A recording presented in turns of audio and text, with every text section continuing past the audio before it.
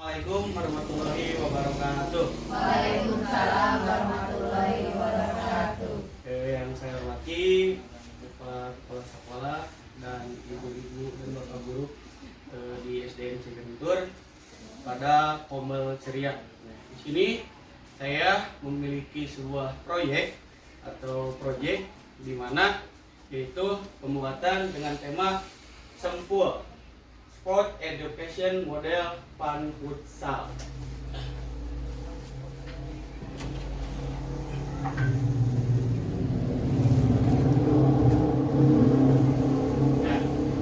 Di mana yang melatar belakangi proyek ini itu yang pertama, Sport Education Model atau SEM adalah sebuah pendekatan pembelajaran yang mengintegrasikan pengalaman olahraga ke dalam kurikulum pendidikan jasmani, dan model ini bertujuan untuk mengembangkan tidak hanya keterampilan fisik saja, tapi juga ada keterampilan sosialnya, emosional, dan kognitif melalui partisipasi dalam olahraga yang terorganisir. Dan kenapa saya padupadankan dengan futsal? Futsal itu sebagai olahraga tim yang populer, menjadi media yang sangat baik untuk menerapkan sport education model. Dalam konteks futsal juga, model ini dapat memberikan siswa pengalaman yang lebih otentik dan bermakna, di mana mereka tidak hanya belajar teknik bermain, tetapi juga belajar tentang kerjasama tim, kepemimpinan, sportivitas, dan tanggung jawab. Nah, SEM ini termasuk dalam pembelajaran seperti kalau misalkan di SMP, di SMA itu ada for class, jadi turnamen antar kelas. Nah, ini juga sangat efektif kepada pembelajaran. Kenapa? Karena di sini anak-anak akan merasa tertantang, terus akan diuji tanggung jawabnya, terus kekompakannya. Jadi kenapa saya memilih ini? Karena dengan bentuk pembelajaran model SEM, anak-anak akan lebih antusias dan mau untuk belajar. Terus, misalkan di sini saya merancang ini di SMP di SMA itu di akhir semester biasanya anak-anak misalkan jadi turnamen futsalnya itu antar kelas, antara kelas 1, kelas 2, kelas 3. Nah, nanti dan ada juga penyelenggaranya. Oke, banyaknya. Salah satu keunggulan SEM atau Sport Education Model adalah penekanannya pada student centered learning atau pembelajaran yang berpusat pada siswa. Dalam model SEM ini ada suara, pilihan, dan kepemilikan siswa sangat dihargai dan didorong. Jadi SEM ini berbasis pada peserta didik ya. Jadi suara, pilihan suara anak-anak itu seperti apa, pilihannya atau minatnya seperti apa, dan kepemilikannya pun oleh siswa sendiri. Berikut adalah beberapa cara konkret bagaimana hal ini dapat terwujud dalam pembelajaran futsal. Yang pertama, pengembangan keputusan bersama. Kita di sini juga pertama itu membentuk tim. Siswa dapat diajak untuk membentuk tim mereka sendiri, memilih nama timnya sendiri, dan menentukan desain seragamnya. Jadi silakan anak-anak yang bereksplor seperti apa, mau seperti apa, nama timnya apa, terus membentuk mendesain seragamnya apa. Misalkan tidak harus beli, tapi seragamnya misalkan pakai yang ada, pakai selendang atau apapun, yang penting ada ciri khas di sana. Nah, terus ada perencanaan latihan. Siswa dapat memberikan masukan mengenai jenis latihan yang ingin mereka lakukan, atau bahkan merencanakan sesi latihan secara mandiri dengan bimbingan guru. Jadi di sini juga siswa juga memiliki perencanaan sendiri dan dibimbing oleh kita. Misalkan anak-anak boleh setelah pulang sekolah melakukan dulu futsal di sini, dilihat oleh kita. Berikutnya, pemilihan taktik. Dalam pertandingan siswa dapat diajak berdiskusi dan membuat keputusan bersama mengenai taktik yang akan digunakan. Taktik itu strategi. Misalkan taktik dalam bermain itu ada menyerang, ada bertahan. Misalkan kamu di depan, saya mah jadi pemain belakang. Nah itu. Berikutnya. Oke. Di sini juga ada peran kepemimpinan. Kapten tim. Setiap tim dapat memilih kapten tim mereka sendiri yang bertanggung jawab untuk memimpin tim dan berkomunikasi dengan pelatih. Ya. Anak juga menentukan siapa sih timnya, tapi tetap kita yang akan membimbingnya dalam tim itu. Nah, pelatihnya siapa? Pelatihnya boleh dari kita gurunya, misalkan kelas 4, berarti pelatihnya gurunya. Ya. Terus peran lainnya, selain kapten tim, siswa dapat berpikiran peran lain seperti manajer tim, pencatat waktu, atau antusias. Siswa juga bisa menjadi manajernya, atau misalkan menjadi timer, atau statistisnya, ya. Nah, di sini juga ada evaluasi diri dan tim. Pertama, refleksinya. Setelah setiap sesi latihan atau pertandingan, siswa dapat melakukan refleksi diri dan tim untuk mengidentifikasi kekuatan dan kelemahan mereka. Jadi selain anak-anak setelah melakukan latihan tadi, kita sebagai pembimbing atau sebagai yang melihatnya, itu merefleksikan anak itu, misalkan susahnya apa sih dalam tim ini, apa kurangnya misalkan. Nah, itu juga di sini bisa dikondisikan. Penilaiannya, siswa dapat terlibat dalam proses penilaian kinerja individu dan tim, baik secara kuantitatif maupun kualitatif. Ya, berikutnya, pengambilan keputusan dalam pertandingan. Pertama, pergantian pemain. Siswa dapat diajak untuk berdiskusi dan memutuskan pemain mana yang akan diganti selama pertandingan. Berikutnya, yang kedua, strategi. Dalam situasi pertandingan yang menegangkan, siswa dapat diberikan kesempatan untuk mengambil keputusan strategi. Jadi, meskipun anak-anak udah kita strateginya udah kita rencanakan, tapi anak-anak bisa mengambil situasi pertandingan. Contohnya misalkan dalam latihan itu anak-anak tendangan bebas ke si A, tapi di sini karena yang dituntut yaitu pendidikan berpusat pada anak, pada peserta didik. Jadi silakan anak-anak yang mengembangkan program ini.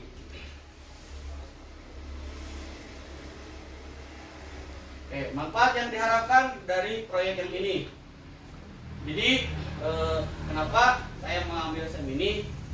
Itu yang diharapkan yang pertama, meningkatkan motivasi ketika siswa merasa memiliki kendali dan terlibat dalam proses pembelajaran, motivasi mereka akan meningkat. Kenapa saya memilihnya? Saya memilih kepada futsal karena futsal itu olahraga yang populer, yang banyak disukai. Terus yang keduanya, meningkatkan keterampilan sosial. Melalui pemanggilan keputusan bersama dan kerjasama tim, siswa dapat mengembangkan keterampilan komunikasi, negosiasi, dan kepemimpinan. Nah, jadi selain manfaat yang selain untuk motivasi tadi, ada keterampilan sosial, seperti misalkan meningkatkan kerjasama tim. Juga siswa juga dapat mengembangkan keterampilan komunikasi, negosiasi, dan kepemimpinan. Berikutnya, meningkatkan tingkat kepercayaan diri. Ketika siswa diberi kesempatan untuk mengambil inisiatif dan bertanggung jawab, kepercayaan diri mereka akan tumbuh. Contoh seperti tadi, misalkan dalam pertandingan nanti yang akan menendang penalti udah direncanakan oleh kita itu si A, tapi karena dia rasa percaya dirinya tinggi, oleh saya saja misalkan, biarkan saja itu terjadi. Berikutnya, meningkatkan pembelajaran yang bermakna. Siswa akan lebih termotivasi untuk belajar ketika mereka merasa bahwa apa yang mereka pelajari relevan dan bermakna bagi mereka.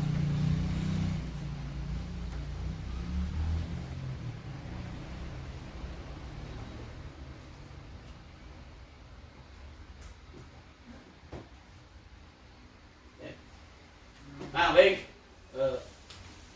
Dari rancangan yang saya buat dan rencana tindak lanjut yang saya akan terapkan, pada Kombel ini, pada anak-anak. Tujuan dari program ini yaitu ada untuk meningkatkan kemampuan fisik, kreativitas, dan kerjasama siswa melalui kegiatan olahraga yang berpusat pada peserta didik. Selain itu juga adalah untuk mengembangkan karakter siswa seperti disiplin, tanggung jawab, sportivitas dengan melibatkan mereka dalam proyek olahraga yang memerlukan kerjasama sebuah tim. Nah, ini tujuan kenapa saya memilih proyek ini, karena selain sangat efektif untuk pembelajaran, dari sini motivasi siswanya akan lebih lebih meningkat dan lebih mau untuk melakukan pembelajaran. Karena di sini kegiatannya yang berpusat pada peserta didik. Untuk di sini juga akan terjadi keterampilan pengembangan karakter siswa seperti kedisiplinannya. Anak-anak itu harus disiplin pada waktunya, misalkan tanggung jawabnya sebagai tim, dia misalkan harus main jam berapa itu harus punya tanggung jawab.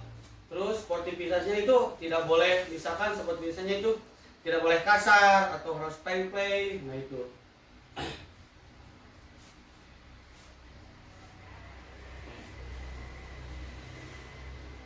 Capaian langkah-langkah dan hasil yang diharapkan untuk tiap tujuan. Pertama, di sini langkah-langkahnya untuk dalam proyek saya ini yaitu kampanye peserta didik dan anggota Kombel tentang program Sport Education Model atau SEM yang ingin diimplementasikan pada pembelajaran futsal. Nah, jadi langkah pertama itu anak-anak peserta didik mengkampanyekan program ini, proyek ini, dan kita sebagai anggota Kombel juga, maka saya mengajak Bapak Ibu Kombel untuk merancang sebuah pembelajaran bentuk SEM ini supaya anak-anak tidak bosan dan tidak jenuh dalam mengikuti pembelajaran. Nah, jadi kita juga sama mempopulerkan apa itu SEM, seperti apa, kenapa diterapkan pada futsal. Nah, jadi supaya anak-anak lebih tertarik dalam mengikuti pembelajaran. Dan untuk selanjutnya yaitu capaian yang diharapkan untuk tiap tujuan. Dalam model SEM ini atau Sport Education Model, siswa akan belajar melalui pengalaman langsung dengan merencanakan dan menjalankan acara olahraga serta berperan dalam berbagai peran seperti atlet, wasit, dan panitia. Oke, saya akan gambarkan sedikit. Jadi kalau misalkan di SMP, di SMA itu untuk panitianya, untuk wasitnya, atau untuk pengatur pertandingannya itu dari OSIS ya. Kalau misalkan di sini itu kita anak-anaknya juga yang berperan sebagai atletnya, wasitnya, dan panitianya juga anak-anak semuanya. Misalkan untuk kelas 1 dan kelas 2 dari rancangan yang saya buat itu sebagai supporter. Jadi kelas 1 2 itu hanya sebagai supporter. Bagaimana mereka jadi supporter yang baik, misalkan itu sebetulnya membuat spanduk, mengasih semangat pada timnya. Nah, terus atletnya pun dari siswa. Misalkan yang saya akan ambil yang proyek yang saya buat ini dari kelas 5, yang menjadi atlet itu kelas 5. Terus dari wasit dan panitia. Nah, wasit dan panitianya itu kelas, misalkan kelas 6 gitu. Terus berikutnya, melalui penerapan SEM dan olahraga futsal, siswa diharapkan dapat tumbuh menjadi individu yang memiliki kompetisi sosial yang kuat, keterampilan fisik yang baik, serta nilai-nilai luhur yang akan bermanfaat bagi dirinya dan masyarakat. Kenapa saya memilih proyek SEM ini? Ini sebagai apa? Nah, ini sebagai bentuk nyata di masyarakat seperti apa. Jadi anak-anak sudah diperkenalkan ketika nanti ada di masyarakat bahwa suatu pertandingan itu akan seperti ini. Yang diharapkan itu mereka menjadi individu yang memiliki kompetisi sosial yang kuat. Jadi mereka sudah biasa dengan hal ini, nanti ketika misalkan ada di rumahnya, di masyarakatnya, ketika ada turnamen bola voli atau apa, oh ini jadi wasitnya seperti ini, oh ini jadi manajernya seperti ini, jadi atletnya seperti ini. Ya. Serta nilai-nilai luhur yang akan bermanfaat bagi dirinya masyarakat. Berikutnya, struktur program dan mitra dalam komunitas belajar. Pertama, pelaksanaan kegiatan. Program ini akan dilaksanakan pada akhir semester dalam pengembangan P5. Oke. Dari proyek yang saya buat ini, Bapak Ibu, saya merencanakan kegiatan ini pada akhir semester 1, yaitu di bulan Desember, dengan pengembangan P5. Ya. Terus berikutnya, peserta dan waktu kegiatan. Ya, dari rencana proyek ini, pertama saya akan membuat fase A, kelas 1 dan 2 sebagai supporter dalam pelaksanaan SEM. Jadi anak kelas 1 dan 2 itu sebagai supporter yang baik seperti apa? Ayo semangat, membawa spanduk gitu dah. Di samping lapangan memberikan semangat kepada tim yang mereka jagokan gitu dah itu. Terus pada fase B, kelas 1 dan kelas 3 ya, sebagai pengisi acara pembukaan dan penutup pelaksanaan SEM.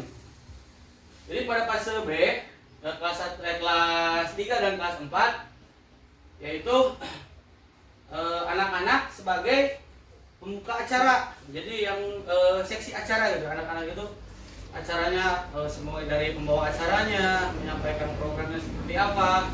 Nah itu anak-anak di fase B, kelas 3 dan kelas 4. Terus untuk fase C kelas 5 dan kelas 6. Kelas 5 sebagai pemain atau atlet dalam olahraga futsal ini. Jadi kelas 5 itu nanti akan dibagi beberapa kelompok atau dibagi beberapa tim sebagai atlet untuk futsalnya. Kalau futsal 5-5, 5 orang, nanti akan dibagi-bagi kelompok. Terus waktu kegiatan sekitar 6 minggu. Ya. Oh, maaf. Sedangkan kelas 6 sebagai penyelenggara pertandingan olahraga. Nah, jadi untuk IO-nya atau event organizer-nya itu kelas 6 yang merencanakan dari awal, misalkan technical meeting itu kelas 6. Anak-anak manajer dibawa ke rapat meeting seperti apa. Ya, jadi kelas 6 itu sebagai IO-nya, sebagai event organizer-nya di sini. Nah, waktu kegiatan sekitar 6 minggu. Di minggu pertama untuk perencanaan dan pembentukan tim. Jadi dalam minggu pertama itu yang ke-1 kita itu membuat perencanaan. Misalkan dipanggil dulu IO-nya seperti apa kelasnya itu rencananya. Terus akan ada technical meeting-nya di mana, kapan, ya, pesertanya siapa. Terus di minggu kedua hingga kelima untuk latihan dan persiapan. Nah di sini di minggu kedua hingga kelima itu anak-anak disuruh berlatih, ya, disuruh latihan, misalkan dalam pulang sekolah mereka latihan dengan kita sebagai pembimbingnya. Kita memperhatikan mereka sejauh mana kesiapannya. Nah, terus dan di minggu ke-6-nya itu untuk pelaksanaannya dalam acara SEM futsal ini. Jadi di minggu ke-6 nanti setelah anak-anak dari minggu pertama perencanaan itu dari mulai segi lapangannya, persediaan alatnya ada atau tidak, ya, dibentuk timnya. Nah, baru di minggu kedua anak-anak sudah dibentuk timnya melakukan latihan dan persiapan, ya. Nah, kita sebagai gurunya itu sebagai manajernya, bisa jadi sebagai manajernya untuk membimbing anak-anaknya dalam program ini. Oke. Siapa saja yang terlibat dalam proyek saya ini? Guru kelas dan guru mapel yang tergabung dalam kegiatan P5 atau dalam kombel ini.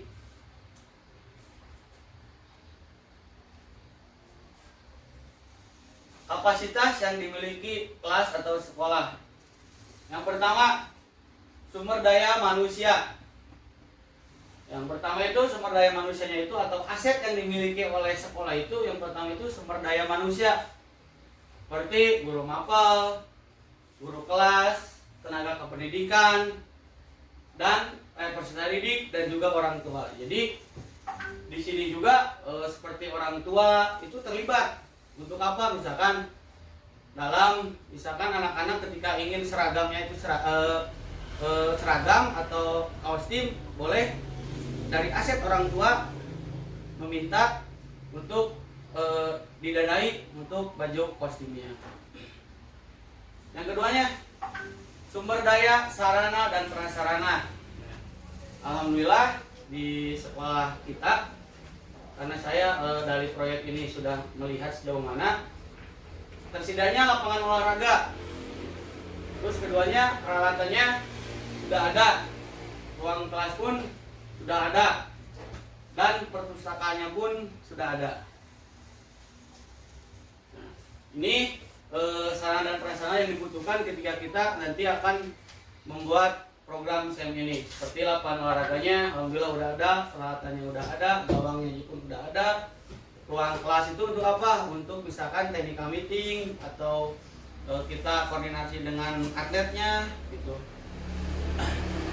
Dan perpustakaan untuk sumber-sumber anak, misalkan anak-anak kebingungan seperti apa pulsa, bisa dicari di perpustakaan.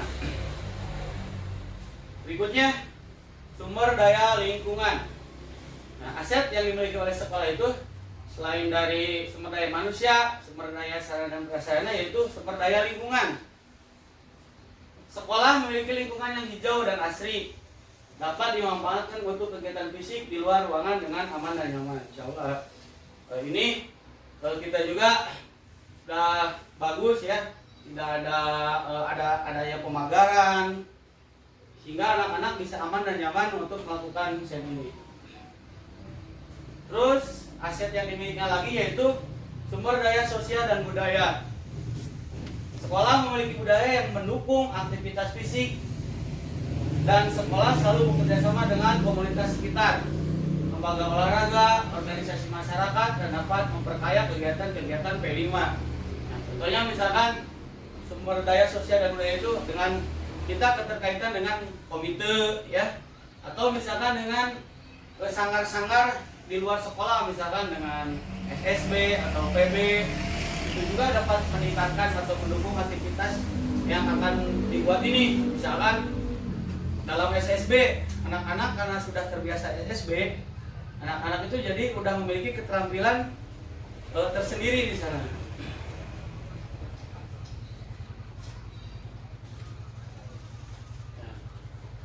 Nah, setelah itu kita rencanakan tadi, ada rencana evaluasi. Yang pertama, pengumpulan informasi. Dengan memanfaatkan media pembelajaran dari berbagai sumber seperti buku pelajaran, buku peraturan pertandingan, buku peraturan permainan, serta media sosial seperti Google, YouTube, kita bisa membandingkan dalam kegiatan program SEM ini sudah tercapai dengan tujuannya atau sebaliknya. Nah, nanti setelah kita melakukan SEM ini, kita dapat mengevaluasi sejauh mana tingkat keberhasilan dari rencana yang kita buat ini. Bisa membandingkan misalkan dengan video-video di YouTube atau SEM itu seperti apa, keterlibatan anaknya seperti apa, bisa dibandingkan. Terus pengambilan data, mengumpulkan indikator ketercapaian tentang rancangan program SEM ini. Jadi kita sebagai guru juga harus bisa mengambil data, ya dari ketercapaiannya itu. Misalkan anak-anak bagus kan nih tanggung jawabnya atau kerjasamanya dengan yang lain, anak-anak itu di sana bisa menjadi indikator penilaian buat kita. Tanggung jawabnya dari segi sosialnya anak-anak, misalkan dari segi keterampilannya juga bisa. Terus setelah pengambilan data, ada refleksi, membuat perencanaan, pengembangan, serta memberikan umpan balik dari hasil kegiatan. Nah, jadi setelah ini dilakukan, membuat perencanaan, pengembangan, serta memberikan umpan balik dari kegiatan. Setelah ini kita laksanakan, kita merefleksikan, berhasil tidak, efektif nggak dalam pembelajaran ini. Kalau misalkan kita membuat pembelajaran seperti ini, efektif tidak? Kalau misalkan kurang, Nah, kita akan programkan lagi ke depannya akan seperti apa. Nah, ini ada kemungkinan tantangan. Yang pertama, dalam rancangan itu ada kemungkinan tantangan. Perbedaan minat dan kemampuan siswa. Tingkat kemampuan, tidak semua siswa memiliki kemampuan yang sama dalam bermain futsal. Seperti di kelas 5 ada perempuan dan laki-laki itu akan berbeda. Minatnya, tidak semua siswa memiliki minat yang terhadap futsal, mempengaruhi motivasi dan partisipasi mereka. Pengetahuannya, tidak semua guru maba dan guru kelas dan tenaga kependidikan memiliki pengetahuan yang cukup tentang SEM ini. Cara mengatasinya seperti perbedaan minat tadi dan ada minat dan pengetahuan. Yang pertama, untuk mengatasi masalah ini, kerjasama dengan komunitas, membangun kerjasama dengan klub futsal lokal, komunitas olahraga atau perusahaan swasta untuk mendapatkan dukungan berupa fasilitas pelatihan untuk pelatih. Misalkan kita mendatangkan wasit futsal untuk memberikan pengarahan seperti apa. Terus pelatihan guru, mengadakan pelatihan bagi guru pendidikan jasmani untuk meningkatkan pengetahuan dan keterampilan mereka dalam menerapkan sport education model.